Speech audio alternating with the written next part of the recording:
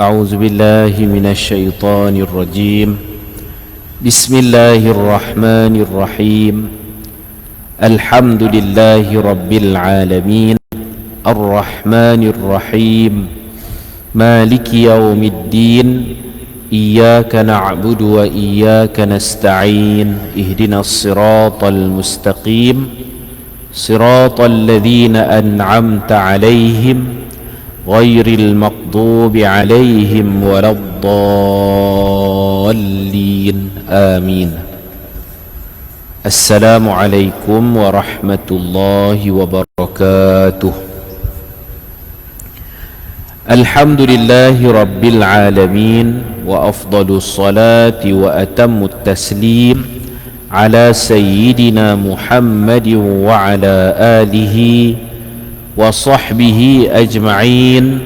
رب اشرح لي صدري ويسر لي أمري واحلل عقدة من لساني يفقه قولي.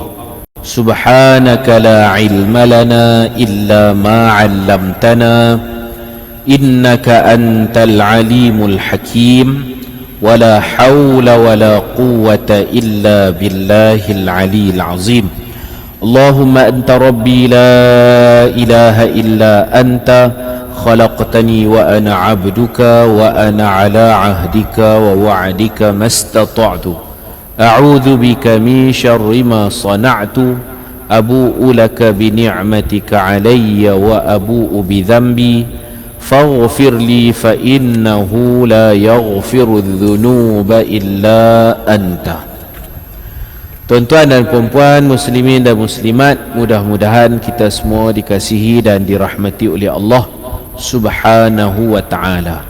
Alhamdulillah, pada malam ini dapat kita sambung kembali kuliah bulanan kita menggunakan kitab 40 hadis tentang hukum fiqh. Kita sampai hadis ke-35 kalau tak silap saya lah. 35. Haram nikah sebab penyusuan. An Aisyah radhiyallahu anha qalat qala Rasulullah sallallahu alaihi wasallam yuharramu min ar-radha'ah ma yuharramu min al-wiladah. Rawahu al-Bukhari wa Muslim. Artinya daripada Sayyidatuna Aisyah radhiyallahu anha berkata, Rasulullah sallallahu alaihi wasallam bersabda, diharamkan perkahwinan dengan sebab penyusuan seperti apa yang diharamkan dengan sebab kelahiran. Dalam Quran Allah Ta'ala sebut bab penyusuan ni haram kahwin dengan mak susu dan saudari-saudari susuan saja. Mak dengan kakak, mak susu, saudari-saudari susuan. Quran sebut dua aja. Tapi dalam hadis ni Nabi sebut umum, luah lagi ya. Bukan mak dengan saudari saja. Ada ramai lagi perempuan-perempuan yang haram kita kahwin dengan sebab susuan. Termasuklah tok susu. Bukan mak saja, tok. Bukan mak saja, mak sedara susu, belah mak susu, mak sedara belah ayah susu. Panjang lagi lah. Jadi dalam hadis ni disebut ma tu umum, am. Yuharramu min ar-radha'ah ma, min alif tu lah, membawa makna umum. Bukan mak susu saja, mak menakan susu pun masuk. Bukan pak susu saja, pak menakan susu masuk. Mak menakan belah mak susu, mak menakan belah ayah susu. Tok susu, tok menakan susu. Saudari susu, saudara susu. Anak saudari, anak saudara. Susuan. Pendek kata, siapa yang minum susu seorang perempuan, dia masuk dalam keluarga perempuan tu. Maka dia akan dapatlah tok ngah, tok su, tok lang, tok penakan susu. Haram kahwin. Anak menakan, cucu penakan, diturun ke bawah, turun ke bawah, anak menakan, cucu menakan, anak saudara. Gitu. Itu yang Nabi ketika ada desas-desus, desas-desus kabar angin, katanya Nabi nak berkahwin dengan anak Sayyidina Hamzah, anak perempuan Sayyidina Hamzah. Orang kata lah pasal Nabi rapat dengan anak perempuan Sayyidina Hamzah. Sayyidina Hamzah mati terkorban dalam perang Uhud. Jadi anak perempuan Sayyidina Hamzah ni Nabi rapid gitu lah, sampai orang ingat Nabi nak kahwin dengan perempuan tu lah. Kalau kahwin pun boleh lah kahwin. Sayyidina Hamzah pakcik boleh ya, dengan anak Sayyidina Hamzah jadi apa? Sepupu. Tapi tak jadi anak menakan. Ikut mana anak menakan pula? Pasal Sayyidina Hamzah minum susu Suwaibah al-Aslamiyah. Nabi pun minum susu Suwaibah al-Aslamiyah. Kilang yang sama. Nabi dengan Sayyidina Hamzah bukan anak menakan dengan pak menakan lah, adik dengan abang susu tu. Nabi tak panggil ya ammi, wahai pakcikku, my uncle, tapi Nabi panggil ya akhi, my brother. Hamzah tu abang Nabi. Orang pernah tanya Sayyidina Hamzah, umur ni apa beza 2 tahun. Orang pernah tanya, Hamzah, engkau dengan Nabi siapa lebih tua, siapa lebih besar? Sayyidina Hamzah beradab, dia kata Nabi besar lagi pada aku, cuma aku lahir dulu daripada dia. Nampak adab dan cerdik. Kana akbara minni, Muhammad tu dia besar lagi pada aku, pangkat dia lah, dia Nabi, dia Rasul, dia kekasih Allah, dia besar lagi, aku hormat dia. Walakin ulidtu qablahu, tapi dia besar pada aku, tapi aku lahir awal pada dia, awal 2 tahun, abang lah. Bila timbul desas-desus, Nabi matikan. Nabi kata, innaha la tahillu li, anak Sayyidina Hamzah tak halal dengan aku.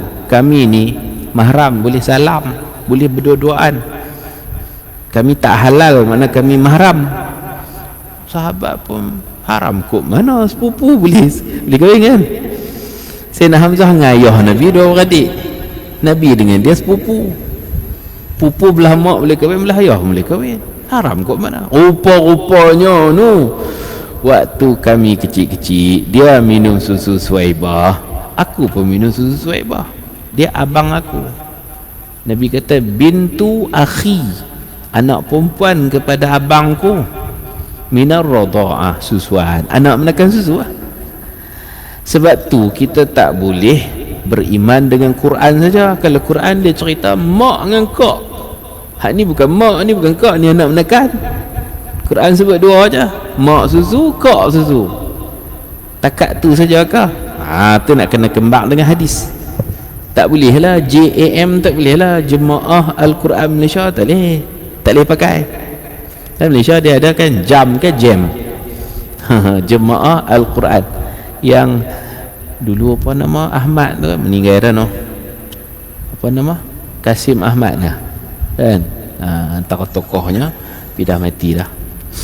Baik, inti hadis tak boleh tidak, kita tak akan faham syariat ni. Bukan Quran tak lengkap, Quran ni habang kelu-kelu je, perinciannya hadis lah. Kalau cukup dengan Quran saja tak boleh, tak cukup. Lepas tu hadis dengan Quran pun tak cukup, dia kena tengok juga tafsiran ulama, nak kena mengaji ilmu-ilmu lain lagi. Banyak cerita. Baik, diharamkan dengan sebab penyusuan seperti apa tu banyak yang diharamkan dengan sebab kelahiran. Keterangan apabila seorang perempuan memberi susu kepada seorang bayi yang berumur, ni syarat dia berumur 2 tahun tak lebih 2 tahun ke bawah, belum genap 2 tahun, belum berumur 2 tahun, sebanyak 5 kali susuan dalam jarak masa yang berpisah-pisah. Time bagi susu tu asing-asing, jauh-jauh, 5 kali masa berpisah. Saya tak tulis 5 kali yang kenyang, kerana bukan syarat kenyang, syarat dia masa jauh-jauh. Kenyang ni hanya di mulut kita je, orang Melayu je. Dalam buku, dalam kitab, bukan syarat 5 kali kenyang, tapi 5 kali masa dia berlainan, berjauhan. Kalau bagi susu, lepas tu mak sakit perut pergi tandas, tinggal dia duk riau. Budak ni, anak susu ni riau, tak kenyang lagi lah riau tu. Mak pergi tandas sembelit pula, 25 minit baru selesai. Mai tu kita kata sambung hak tadi ya. Kalau secara ilmiah hak tu kira kali kedua, sebab dah tinggal lama, pisah badan, masa yang panjang 25 minit. Tu bukan sambung dah, tu dia jadi kali yang lain. Dalam kekerapan tu dah 2 kali. Mula bagi tak kenyang lagi, bagi pula baru kenyang, kerana pisah masa. Berapa kali dah bagi susu? Kalau kira kenyang sekali baru. Tapi fuqaha tak ambil kira kenyang tak kenyang, dia kira masa yang berbeza. Berapa kali dah bagi? Tuan-tuan tak mau jawab, macam tak setuju dengan saya. Berapa kali dah? 2 kali. Kalau dia duk kira sekali, nanti dia silap mah. Silap tang mana dia, bila anak ni besar, dia kata hari tu bagi baru 4 kali. Dia bilang tak betul. Dia nak ambil budak tu jadi menantu, tak boleh anak dia sendiri. Dia nak pergi kahwin dengan anak dia, tak boleh. Takkan anak dia kahwin dengan anak dia. Dia kata tak apa 4. Padahal hak tu tang tu saja dah 2, 5 dah.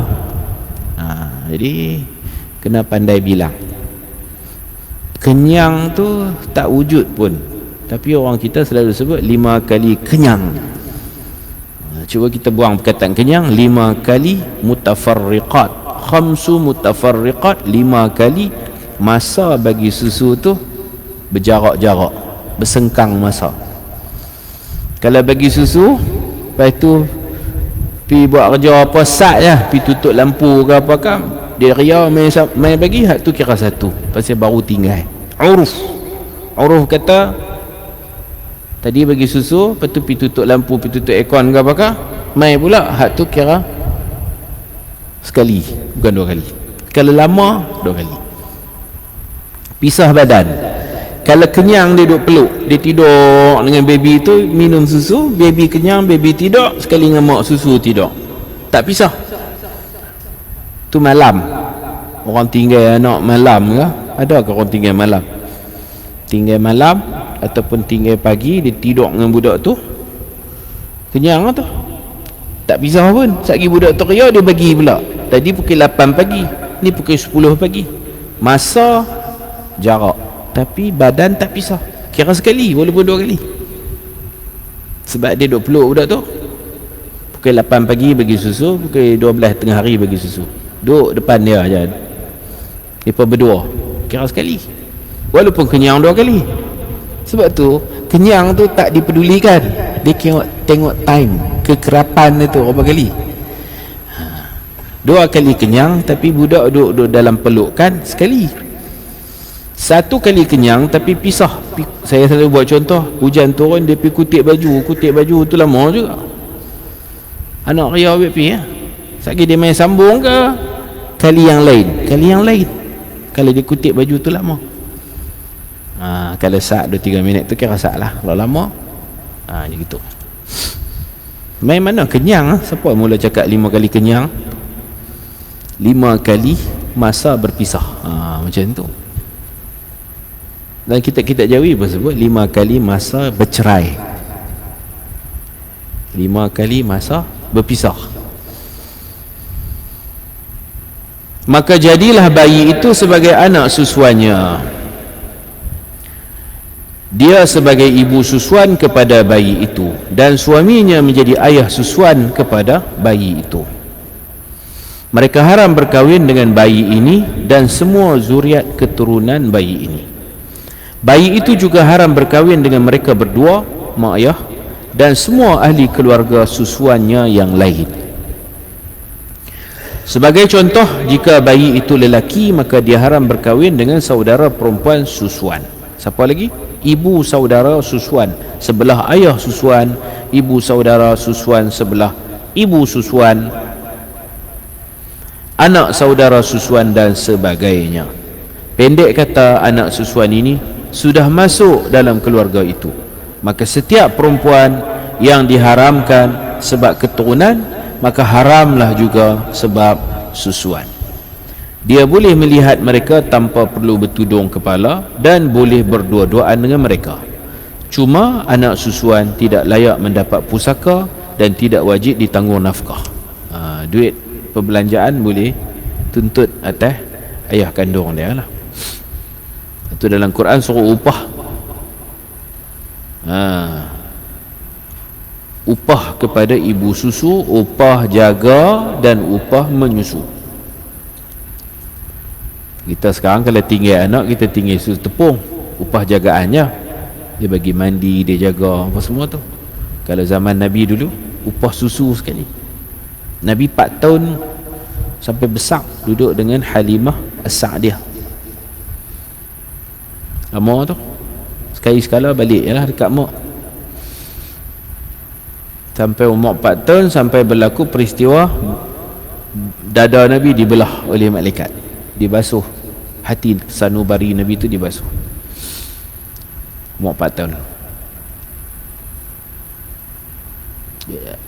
Antara isteri Nabi, yang mana isteri Nabi ni merupakan balu kepada adik susu Nabi pun ada. Isteri Nabi, suami mati kita panggil balu kan. Suaminya yang mati dia jadi balu. Suami dia tu adik susuan Nabi. Ada seorang nama Ummu Salamah. Suami dia Abu Salamah, adik susu Nabi.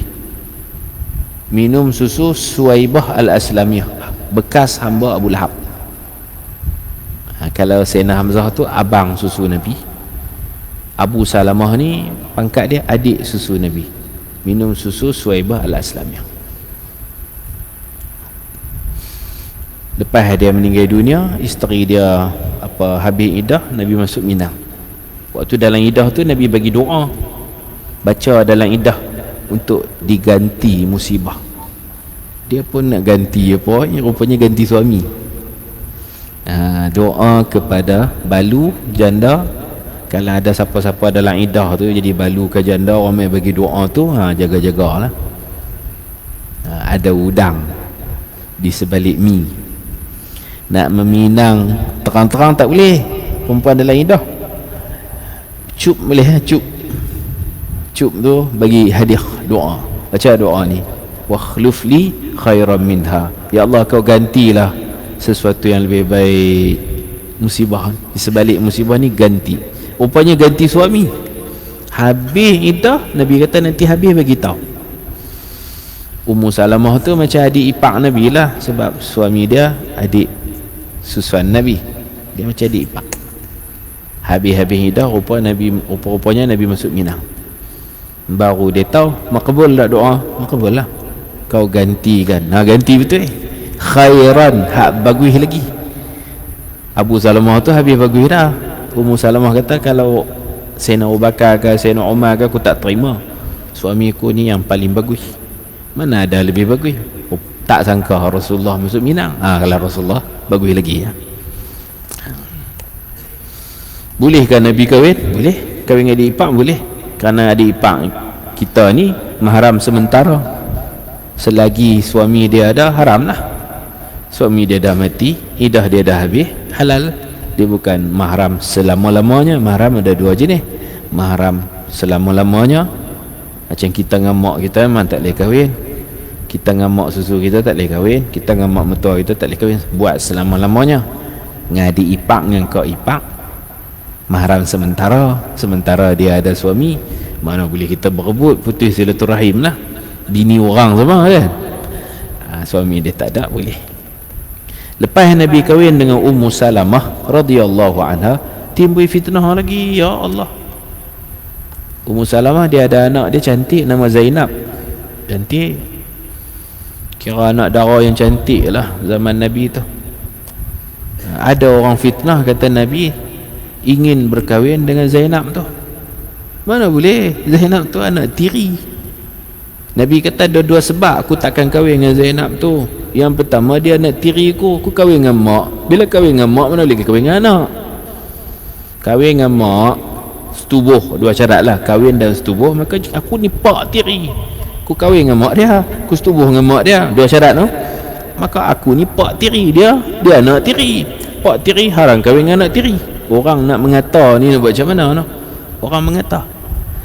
Sebab kedua, Nabi kata kalau aku tak kahwin dengan mak dia pun dah lama dah aku haram. Dia pak dia tu adik aku, dia nak menekan aku. Habislah, matilah. Nabi kalau ada fitnah, Nabi tak biar, Nabi buat penjelasan lah. Dua sebab. Sebab pertama, dia nak tiri, kupak tiri. Sebab kedua, kalau kata aku tak kahwin dengan mak dia pun haram juga, pasal ayah dia tu adik aku, dia tu anak saudara susuan aku. Jadi dua sebab, double haram tu. Nak kahwin ikut mana? Orang nak kata tu orang ni lah, orang munafik lah. Orang munafik, orang Yahudi buat cerita. Lagi pula Ummu Salamah ni dia terkenal sebagai imra'atun ghayur, seorang perempuan yang kuat cemburu. Orang cucuk ke, aduh, risau lah, suami aku ni teringin ke anak dara aku ke apa. Kuat cemburu, watak dia kuat cemburu. Orang guna lorong tu nak kacau, nak bagi rumah tangga Nabi jadi haru.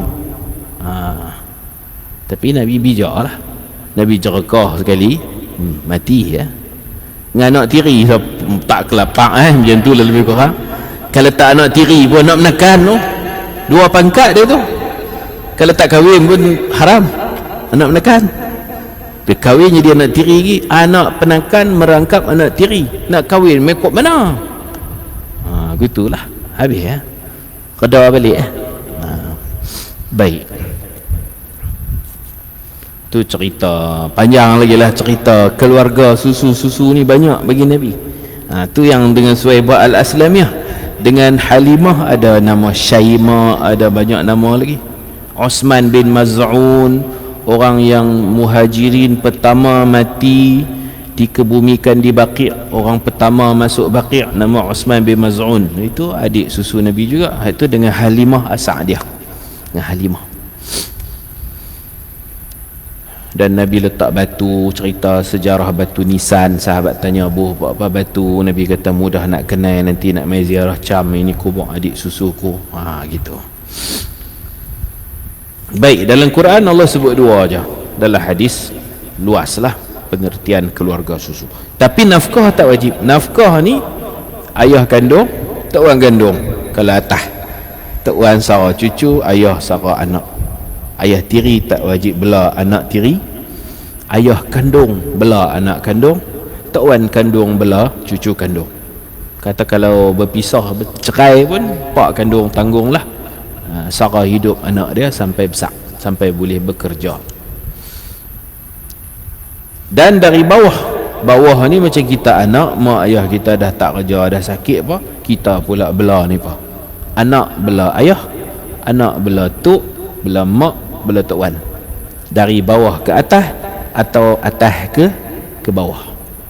Lepas tu ada satu soalan baru ni orang tanya saya, ibu tunggal, suami mati, anak-anak kecil-kecil lagi, suami mati, pak mati, jadi anak yatim lah kan.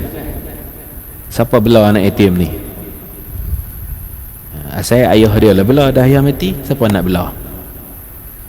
Jawab dia, kalau ada tok wan sebelah ayah, tok wan belah.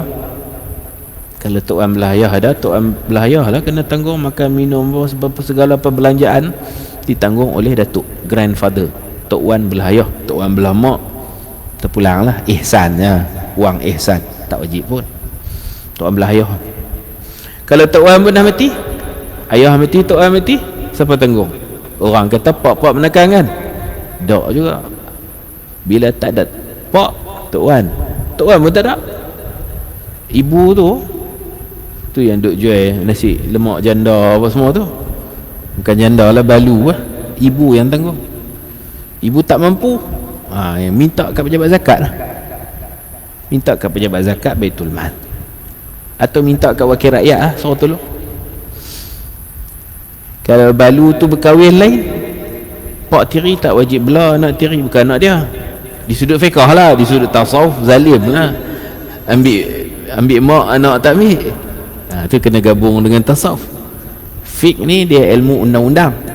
Kalau bawa ke mahkamah, tuntutan tak lepas, aku pak tiri, bukan anak aku, macam tu kan. Tapi di sudut berbuat baik, kesian belah, dah hang sanggup kahwin dengan balu, dengan janda tu, aku terima nikahnya tu, terima kali dengan anak lah, bukan terima perempuan tu je, jadi anak terbiar pula. Itu tasawuf. Sebab tu fiqh kena campur dengan tasawuf. Fiqh ni dia undang-undang, maknanya kalau nak bergaduh di mahkamah ke, memang pak menekan boleh lepas tangan lah, tak boleh dipersalahkan. Tapi janganlah kita mengaji fiqh tajuk tu kita jadi pak menekan sampai tak peduli anak nak menekan kita. Allah Ta'ala tanya juga di akhirat, sebab kita zalim, tak peduli. Jadi timbang rasa lah, itu yang baik. Baik, kalau ibu tu susah, minta ke pejabat zakat pun banyak prosedur, pak menekan lah, tolong anak hampa juga, anak menekan hampa, anak abah hampa, gitulah. Tu yang Imam Malik kata, wa man tafaqqaha wa lam yatasawwafa, kalau mengaji fiqh saja tasawuf tak mengaji, faqad tafassaqa, jadi jahat pula, jadi fasik, jahat. Dia duduk kira hak dia, duduk kira apa ni, dia tak ada budi bicara dah, dia kira fikir undang-undang betul-betul yang payah juga. Tapi kalau orang tanya kita kena habaq begitu lah, pak menakan tidak wajib menanggung nafkah kepada anak menakan. Yang wajib ayah dan datuk. Tak ada ayah, tak ada datuk, ibu tak berkemampuan, jenuh dia dah perempuan. Kalau pejabat zakat kukuh, boleh bagi duit bulan-bulan yang mencukupi, alhamdulillah. Tak cukup, pak menakan kena bagilah ihsan, berbuat baik. Baik, Allah berfirman di dalam Al-Quran surah An-Nisa. Ini Allah cerita tentang ibu susu dan saudari-saudari susuan. Wa ummahatukumul lati arda'nakum wa akhawatukum minar rada'ah. Maksudnya kamu haram berkahwin dengan ibu-ibu yang menyusukan kamu dan saudara-saudara perempuan susuan kamu. Dalil disyaratkan bayi itu kurang dari 2 tahun, firman Allah di dalam surah Al-Baqarah ayat 233. A'udzu billahi minasyaitonir rajim. Wal walidatu yurdi'na auladahunna haulaini kamilain liman arada an yutimma ar-radha'ah. Maksudnya, dan ibu-ibu menyusukan anak-anak mereka selama 2 tahun penuh bagi sesiapa yang ingin menyempurnakan tempoh susuan.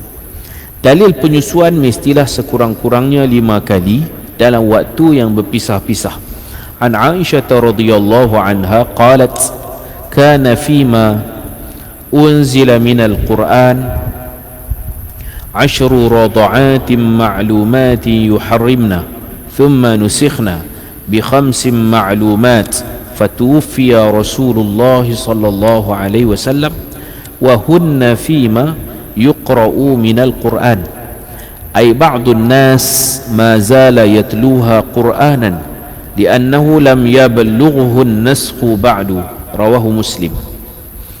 Artinya daripada Sayyidatuna Aisyah radhiyallahu anha berkata, antara ayat Al-Quran yang diturunkan dari langit kemudian ayat itu dimansuhkan ialah ayat berikut, 10 rada'atin ma'lumatin yuharrimna. Ni ayat Quran tapi dah dimansuhkan.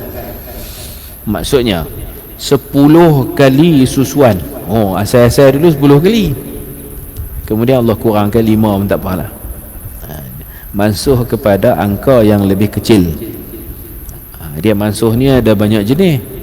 Mansuh ilal ashal, mansuh kepada yang lebih mudah, daripada 10 tinggal 5 kali susuan, sudah jadi anak susu.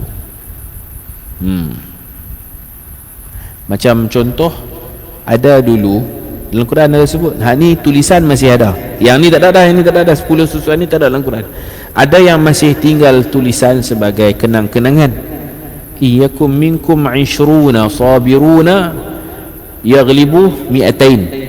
Kalau hampa ada 20 tentera, 20 orang prajurit, hampa boleh kalahkan 200 musuh. Ada 20 boleh lawan lah 200. Jadi seorang kena lawan berapa? Seorang lawan 20 lawan 200. 10 kan no? Seorang lawan 10. Pada Jackie Chan boleh lah. Jackie Chan ni boleh, Jet Li pun tu boleh. Tu berlakon tu pun tengok pun nampak penat lah. Kita tengok pun nampak penat. Kemudian Allah ringankan, al-ana khaffafallahu ankum wa alima anna fikum dha'fa. Al-ana khaffafallahu ankum wa alima anna fikum dha'fa. Al-an tu mana now, sekarang Allah peringan, Allah kata, kerana Allah tahu hampa pun dha'fa, lemah. Allah suruh lawan 2, kalau ada 100 boleh lawan 200. Seorang boleh lawan 2 orang. Jadi orang Islam ni kena kuat lah. Seorang lawan seorang, one by one tu tak ada apa lah. Seorang boleh kalahkan 2 orang. Belajarlah silat ke taekwondo ke apakah. Kalau takat 2 orang boleh lah. Kalau tak boleh juga lari. Seorang mesti boleh kalahkan 2 orang. Kalau 3 orang, tengok keadaan lah. Sama ada 3 orang mati, tak pun kita syahid lah. Kekuatan Muslim itu kena lebih kuat segala-galanya lah, bukan kuat tenaga aja kan. Allah peringan, mana seorang lawan 2 orang, maksudnya seorang lawan 10. Seorang lawan 10. Dalam perang Badar 313 lawan 1000, mana seorang lawan dalam 3 orang. Itu pun menang. Lebih kurang lah seorang lawan 3 atau 4 orang. Tak perlu lawan sampai 10. Dulu wajib main 10, jangan lari. Alamak, 10 aku seorang, tak ada masalah. Jangan 11. Kalau 11 baru dibenarkan lari. Lari pun bukan meninggalkan medan perang, lari untuk menyelamatkan diri, saya serang balik. Lari untuk atok balik strategi. Lari untuk keselamatan, bukan lari tinggal terus. Tapi kalau tekak ada 10, dia seorang, dia bilang 10, dia jadi jago. Tak ada apa, dia kena berani. Allah mansuhkan kepada seorang lawan 2 orang. Kedua-dua ayat tu ada dalam Quran. Ayat nasikh dan mansuh, dua-dua ada. Kalau ni 10 kali susuan ni tak ada dalam Quran, 5 kali susuan pun tak ada dalam Quran. Yang adanya dalam hadis. Asalnya hak 10 tu ada dalam Quran, hak 5 susuan pun ada dalam Quran. Allah suruh Nabi padam tulisan. Hak 10 padam, hak 5 padam. Dipanggil mansuh tulisan, tetapi hukumnya kekal dalam hadis. Rakaat semayang asal 2. Isra' Mi'raj, Nabi balik, Nabi mula semayang zuhur. Subuh tu duk berdiskusi dengan Abu Jahal, antara ada yang percaya, ada yang termenung, ada yang tak percaya, macam-macam lah. Semayang mula zuhur 2 rakaat. Lepas itu semayang asar dengan malaikat Jibril. Ada dekat Kaabah tu ada satu mozaik yang cantik dekat dengan pintu Kaabah, namanya Musalla Jibril. Musalla mana tempat semayang Jibril. Ada. Sambil-sambil duk tawaf tu tengok dekat Hajar Aswad, dekat pintu Kaabah. Kawasan tu lah panggil Multazam. Antara Hajar Aswad dengan pintu Kaabah itu Multazam. Belah bawah Multazam tu dinding, belah bawah tu mozaiknya sangat cantik, warna koko coklat. Itu panggil Musalla Jibril. Jibril jadi imam, Nabi jadi makmum. Mayang zuhur 2 rakaat. Itu dia main pula ajak Nabi semayang asar 2 rakaat. Dia imam, Nabi makmum. Jibril tugas dia menurunkan wahyu, dan dia ada tugas-tugas khas. Tugas-tugas khas ajak Nabi semayang kursus. Semua 2. Zuhur 2, asar 2, maghrib 2, isya 2, subuh memang 2. Subuh duduk macam tu daripada dulu. Kemudian bila Nabi pi ke Madinah, baru ditambah rakaat. Hak 2 tambah 2 jadi 4. Zuhur asar 2 tambah lagi 2, maghrib tambah 1. Tu yang adanya tahiyat awal. Tahiyat awal tu perenggat. Asalnya hak tu tahiyat akhir tu. Ada rakaat asal, ada rakaat tambahan. Isya tambah 2, 2 tambah 2 4. Subuh kekal. Dan bila kita musafir, dibenarkan kita kembali kepada asal yang dipanggil qasar. La junaha alaikum ya ayyuhalladzina amanu idza darabtum fil ard fala junaha alaikum an taqsuru minas salat. Wahai orang beriman, jika kamu mengembara di muka bumi, maka tidak menjadi kesalahan kamu pendekkan salat kepada rakaatnya yang asal 2, kecuali maghrib. Nabi tak bagilah maghrib tak boleh qasar. Jadi rakaat salat asalnya 2, kemudian Nabi sampai Madinah ditambah. Sebaik sahaja Nabi berjaya hijrah sampai Quba, belum Madinah, Quba, di situ Allah tambah rakaat, yang 2 tambah 2, yang 2 tambah 1 maghrib. Gitulah. Kemudian Allah Ta'ala mansuh lagi, di Mekah menghadap Kaabah, sampai Quba menghadap Baitul Maqdis, arah kiblat ditukar, mansuh. Lepas tu patah balik menghadap Kaabah balik setelah 17 bulan atau 16 bulan Nabi berada di Madinah. Dan sehinggalah Nabi dengan sahabat duduk Madinah ni sentiasa bersedia apa? Bersedia hukum berubah. Kerana Nabi masih hidup, ayat Quran duk turun, kemungkinan akan ada perubahan.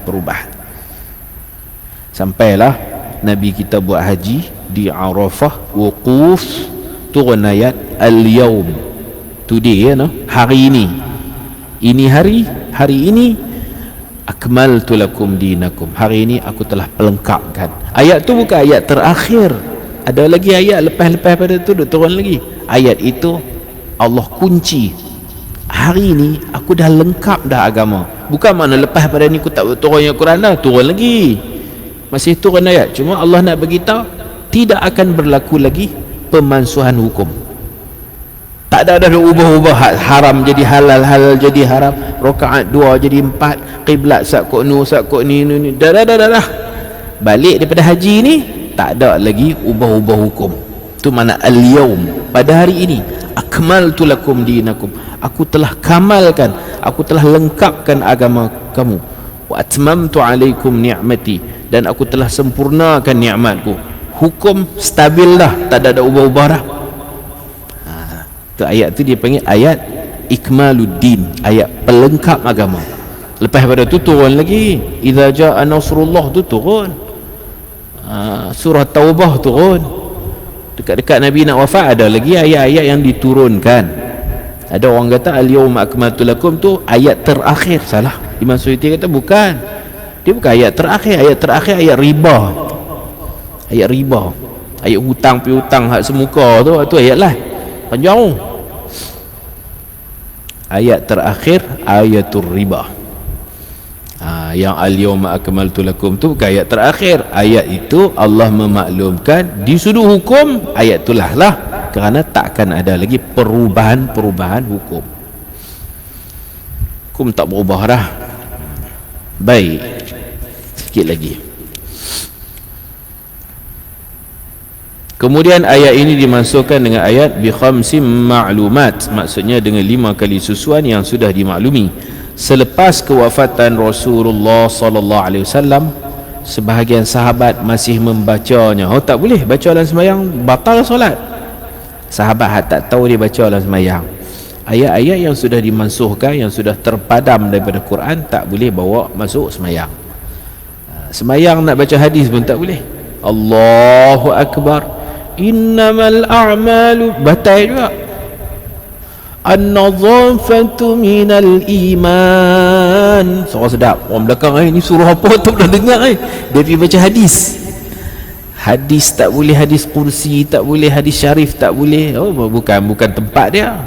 Semayang ni tak boleh bersembang. Semayang juga bukan tempat nak tazkirah ke, nak kuliah ke, petik ayat hadis masuk, tak boleh. Ayat-ayat yang Allah suruh padam tak boleh. Tapi kalau ayat tu mansuh, masih ada tulisannya dalam Quran, tak apalah. Ayat 20 mesti kalahkan 200, tu tak apa, pasal dia masih ada tulisannya dalam Quran walaupun hukumnya telah dimansuhkan. Ada sahabat kata Sayyidatina Aisyah ni tersilap, info tak sampai, dia pun duk pergi baca dalam sembahyang. Allah, kena tegur. Sayyidina Aisyah tegur. Selepas kewafatan Rasulullah, sebahagian sahabat masih membacanya kerana tidak sampai maklumat kepada mereka tentang pemansuhan kedua-dua ayat di atas, yakni ayat 10 kali susuan telah dimansuhkan tulisan dan hukumnya, sementara ayat dengan 5 kali susuan hanya dimansuhkan tulisan sahaja, hukumnya terus dikekalkan. Tulisan mansuh, hukum kekal. Dia sama macam ayatul rajmi, ayat rejam. Orang kalau dah kahwin, dah kahwin yang sah, bersetubuh dengan isteri yang sah, kalau dia berzina, dia kena apa? Dia kena rejam sampai mati dengan batu-batu kecil. Kena sampai mati. Buat lagu mana pun rejam. Saya kecil-kecil dulu, saya duduk dengar orang duduk ceramah rejam-rejam, saya ingat pegang kepala, pegang rambut, buah layak. Rejam. Rejam kita lah kan. Rejam tu ambil batu baling. Kata Sayyidina Umar, dulu kami duduk baca dalam sembahyang, ayat tu ada, hukum tu ada, kemudian Allah mansuhkan tulisannya. Hukum ada dalam kitab-kitab hadis, ada dalam Bukhari, Muslim, semua ada, masih ada. Rejam penzina yang telah berkahwin, dah ada bini, dah curang ke apa tak tahu, kalau sabit kesalahan, dia mengaku ke atau ada pak saksi yang nampak, maka itulah hukumannya. Farjumuhuma albattata, rejam dengan batu-batu kecil, wajib direjam. Mansuh tulisan, tapi hukumnya kekal sampai hari kiamat, hukum rejam. Wallahu subhanahu wa ta'ala a'lam. Sampai takat ni dulu. Malam ni saya ada bawa kitab ni pun nak habis dah. Itulah 1 bulan 1 berapa bulan lagi pun nak habis kan. Saya ada bawa kitab-kitab yang Al-Faqir, susun dan terjemah, ada dijual di belakang sana. Yang ni 40 hadis, ayat-ayat istimewa dalam Al-Quran untuk diamalkan. Ayat-ayat dalam Quran itu yang Nabi SAW syorkan kita baca pada keadaan tertentu untuk kita buat amalan. Saya namakan 40 hadis ayat-ayat istimewa dalam Al-Quran. Tuan-tuan boleh tengoklah, siapa yang berminat boleh dapatkan lepas main insya-Allah nanti. Yang ni cerita biodata Nabi. Yang tadi saya duk cerita adik susu Nabi, abang susu Nabi, Nabi kahwin dengan adik ipar. Sebenarnya dari kitab ni lah, kitab Nurul Uyun, yang saya terjemah dan saya tambah dengan nota kaki daripada hadis-hadis Nabi. Nabi kahwin ni ada yang takat, bukan kahwin, pasangan hidup Nabi ni ada yang setakat apa nak cakap, setakat meminang, tunang, setakat tunang, lepas tu putih tunang pun ada. Ada yang putih perempuan tak mau, ada yang putih pak mentua tak berapa mau, pak mentua munafik dia tak mau. Dia kata maaf lah, anak saya ni sakit macam-macam. Tak sakit pun. Dia kata anak dia sopak, ada kut badan ni, Nabi tak nampak. Dia tak berkenan dengan Nabi. Dia kata macam-macam. Nabi kata, kalau tak sopak, kalau tipu, tak sopak, pergi kata sopak, sekali balik penuh sopak. Perempuan tu pun tak mau kat Nabi, pak dia pun tak mau. Okey, tak ada masalah. Balik tumbuh lah tu, hari tu juga tumbuh sopak. Itu setakat nak bertunang. Ada yang dah bertunang dah, atok nak angkat nikah bila tentu belanja semua, meninggal dunia pun ada, meninggal dunia. Antaranya adik Dihyah Al-Kalbi. Dihyah ni seorang yang handsome, malaikat Jibril kerap kali berupa dengan wajah dia. Nabi nak kahwin dengan adik dia, tapi yang tu kerana ajal. Banyaklah tunang-tunang Nabi. Satu. Yang kedua, hak kahwin dah, kemudian berpisah pun ada juga. Kahwin berpisah, kira fik ni bab bercerai, Nabi lalui lah. Ada isteri yang tak lama lah rezeki tak ada kan. Antaranya ada yang tak berapa IQ rendah, tak berapa cerdik. Orang munafik bagi satu doa pengasih. Dia pesan dekat dia. Dia nama Bintu Jun nama dia. Dia pesan dekat dia, malam pertama nanti Nabi masuk dalam bilik, hang baca doa ni, doa pengasih ni. Apa doa dia? Dia jenis betul tu, apa doa semua amal. Orang perkenal. Doa berbunyi, a'udzu billahil azim minka. Siapa faham bahasa Arab, peliklah doa apa ni? A'udzu billahil azim minka. Aku berlindung dengan Allah yang maha agung dari kejahatanmu. Doa pengasih kah? Dia Arab juga tapi tak berapa ni, jenis betul bendui ni. Tu doa pengasih ke apa benda tu? Aku berlindung dengan Allah yang maha agung minka, dari kejahatanmu. Baca buih kat suami. Doa pengasih kononnya. Dia pun baca sungguh. Dah kahwin dah. Tahu kata Nabi dengar Allah, tak boleh jadi Ummul Mukminin, tak boleh. Tak layak. Ummul Mukminin kena cerdik. Nanti orang suruh buat racun ke jenis turut ni payah. Dia sayang Nabi tapi dia tak berapa cerdik. Apa kata Nabi? Nabi kata, kemah kain baju, ilhaqi bi ahliki. Kemah kain baju, satgi aku suruh orang hantar balik. Dia pun okey, tak apa balik. Dia tak betul balik, tak apa balik. Tapi apa niat Nabi? Niat Nabi kita bercerai. Itu dalam fiqh dipanggil talak kinayah. Nampak macam sopan lah, siap kain baju. Nabi pun bagi satu hadiah kat dia, bagi macam hamper lah kat dia, bagi duit sikit. Nabi kata balik lah. Dia pun bersiap sungguh lah kawan ni. Memang betul-betul jenis betul sangat pun tak boleh jadi bini lah. Dalam fiqh kan ada cerai bergantung kepada niat, ayat tak jelas, Nabi buat. Fiqh ni dia hidup. Fiqh rumah tangga Nabi ni memang Nabi lalui. Nabi tak kata aku ceraikan kamu, sekejap kita teriak pula. Nabi kata kemahkan baju, sekejap kita hantar balik. Dia pun tak apa balik. Lepas tu baru dia dimaklumkan kata Nabi cerai dia, cerai kinayah. Itu takat tu je lah. Kahwin qabla dukhul, tak sempat bersama lah, setakat akad nikah sahaja. Satu bab lagi, yang tu isteri yang sehidup semati dengan Nabi, yang tu sebelah orang. Yang itulah yang kita panggil Ummul Mukminin. Daripada Sayyidatina Aisyah, isteri pertama, isteri ke-11 Sayyidatuna Maimunah binti Haris, sebelah orang. Dua orang mati awal daripada Nabi. Ketika Nabi masih hidup, mereka meninggal. Sayyidatina Khadijah dan Sayyidatina Zainab binti Khuzaimah. Dua orang ni meninggal depan mata Nabi lah. Dan 9 lagi meninggal selepas Nabi kita wafat. Yang ni insan-insan bertuah, dipilih oleh Allah, diiktiraf sebagai ibu-ibu orang beriman, hidup dan mati bersama Nabi sallallahu alaihi wasallam.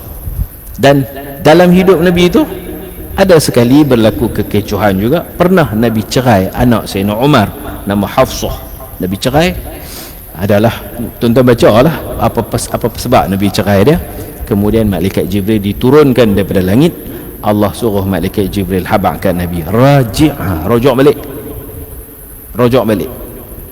Dia ada buat salah tapi pandang yang baik. Innaha sawwamah qawwamah. Sayyidatuna Hafsah ni, anak Sayyidina Umar ni, dia ada salah dia tapi dia ada kebaikan dia. Sawwamah, dia rajin puasa sunat kan. Qawwamah, dia rajin qiyamul lail kan. Dia bagus tang jaga qiyamul lail dia, bagus tang puasa sunat dia banyak, kerap berpuasa sunat, rajin qiyamul lail. Jadi lupakanlah salah silap dia tu. Allah suruh rojok. Sebab tu dalam fiqh ada bab cerai, ada bab rojok. Ada cerai guna bahasa sopan, ada cerai sarih guna terus terang, aku ceraikan kamu. Tu apa nak kata lagi? Kalau dia kata saya tak ada niat pun memang jatuh. Kalau kata kemahkan baju balik rumah mak pak, kalau dia tak niat cerai, tak kira cerai. Kalau niat cerai baru kira cerai. Itu fiqh munakahat, itu hidup. Nabi pernah bercerai dan Allah suruh rojok balik. Pasal Hafsah itu dia rajin sembahyang malam, dia rajin puasa sunat, tapi adalah dia punya membocorkan rahsia yang Nabi suruh dia pegang. Wa idh asarra an-nabiyyu ila ba'di azwajihi haditha, surah At-Tahrim. Jadi kitab ni kitab ulama Mesir tahun 700 Hijrah, kitab Turath. Saya terjemah, bukan saya terjemah, saya bagi tugas kepada anak murid saya, anak Ustaz Abu Khair. Ustaz Abu Khair mengajar sini kan. Anak murid saya suruh bagi tugas, dia terjemah, kemudian saya semak dan saya letak nota kaki. Setiap maklumat yang ada dalam kitab ni diperkemaskan dengan dalil.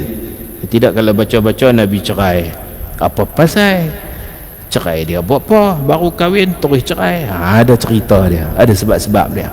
Jadi setiap nama-nama tu kita kukuhkan dengan hadis. Ini nama dia Nurul Uyun ataupun biodata Rasulullah sallallahu alaihi wasallam. Rasulullah ada, kalau macam kita motor ada 2 biji Rasulullah. Motor tu kaldai lah. Nabi ada 2 biji kapcai. Nak jalan dekat-dekat boleh lah naik keldai. Dan Nabi pun tak segan. Nabi seorang tokoh, seorang yang hebat, naik keldai macam naik basikal, naik motor, tak ada malu apa. Keldai, kadang Nabi jalan kaki, kadang Nabi naik macam motor tu, kadang Nabi naik kuda ni macam kereta lah kot, no? Kadang Nabi naik unta ni macam naik lori ke apa. Nabi boleh bawa lori, boleh bawa kereta, boleh bawa motor kapcai pun, heran apa. Jalan kaki pun sahabat kadang berselisih dengan Nabi jalan kaki. Jadi hidup tu macam tu, kayuh basikal, nak malu apa? Tuan guru syekh kayuh basikal, malu apa? Dan di situ kita nampak Nabi kita orang senang, ada macam-macam. Lori ada, kereta ada, motor ada orang bagi hadiah, ada yang Nabi beli. Kuda ada berapa jenis kuda ada sebut sini. Ada kuda perang, ada kuda pergi ziarah orang sakit, ada kuda cantik tapi tak boleh bawa pergi perang, jenis comel-comel ni. Kaki dia pat-pat tu macam ada cat putih, cantik lah, dekat dahi putih, kaki pun macam cat putih, bulu putih. Hak tu sedap mata memandang je lah. Macam kita lah kalau ada kucing Parsi apa semua kan, sedap mata memandang lah. Dia bukan nak boleh bawa pergi perang apa, dia comel. Ya ada belakang. Jadi kenderaan banyak, hasil duit yang halal atau orang bagi hadiah kat Nabi, itu bukan satu benda yang pelik. Jadi kalau ustaz ada kereta banyak, orang ada dulu-dulu lah orang kata buat pelik tu, kalau naik kereta haduk rosak ke tepi jalan tu, okey lah zuhud. Itu tak satu benda yang kurang tepat lah. Jadi Nabi kita ada kenderaan yang bermacam-macam. Kalau qaswa tu unta yang tahan sampai dia berjalan, kalau wahyu turun dia mampu berjalan lagi. Toyota ke apa tu, qaswa. Surah Al-Fatah turun, balik dari Hudaibiyah nak pergi buat umrah, tak, orang sekat, tak boleh buat umrah balik lah. Tahallul di Hudaibiyah balik, dalam perjalanan balik Allah berjanji akan berlakunya pembukaan kota Mekah. Surah Al-Fatah yang Inna Fatahna tu, surah tu turun sampai habis, satu surah lengkap. Qaswa masih mampu berjalan, berauh. Kira tu unta kesayangan Nabi lah, unta yang sangat kuat. Nabi kita wafat, dia pun beberapa hari selepas itu dia pun meninggal dunia. Itu nama dia Qaswa, seekor binatang yang sangat kuat berjalan, boleh bawa Nabi perjalanan yang jauh dan wahyu yang berat. Ini ada kitab ni. Ini 40 hadis ayat-ayat istimewa Al-Quran. Kalau kita nak sambung baca kitab ni nanti pun elok juga. Dia macam kuliah tafsir. Hadis berbentuk menghurai ayat Quran, ayat-ayat untuk dijadikan amalan. Ini biodata hidup Nabi, Nurul Uyun. Yang ni kalau orang pergi haji, pergi umrah, Zadul Haramain 50 hadis, bekalan 2 tanah suci.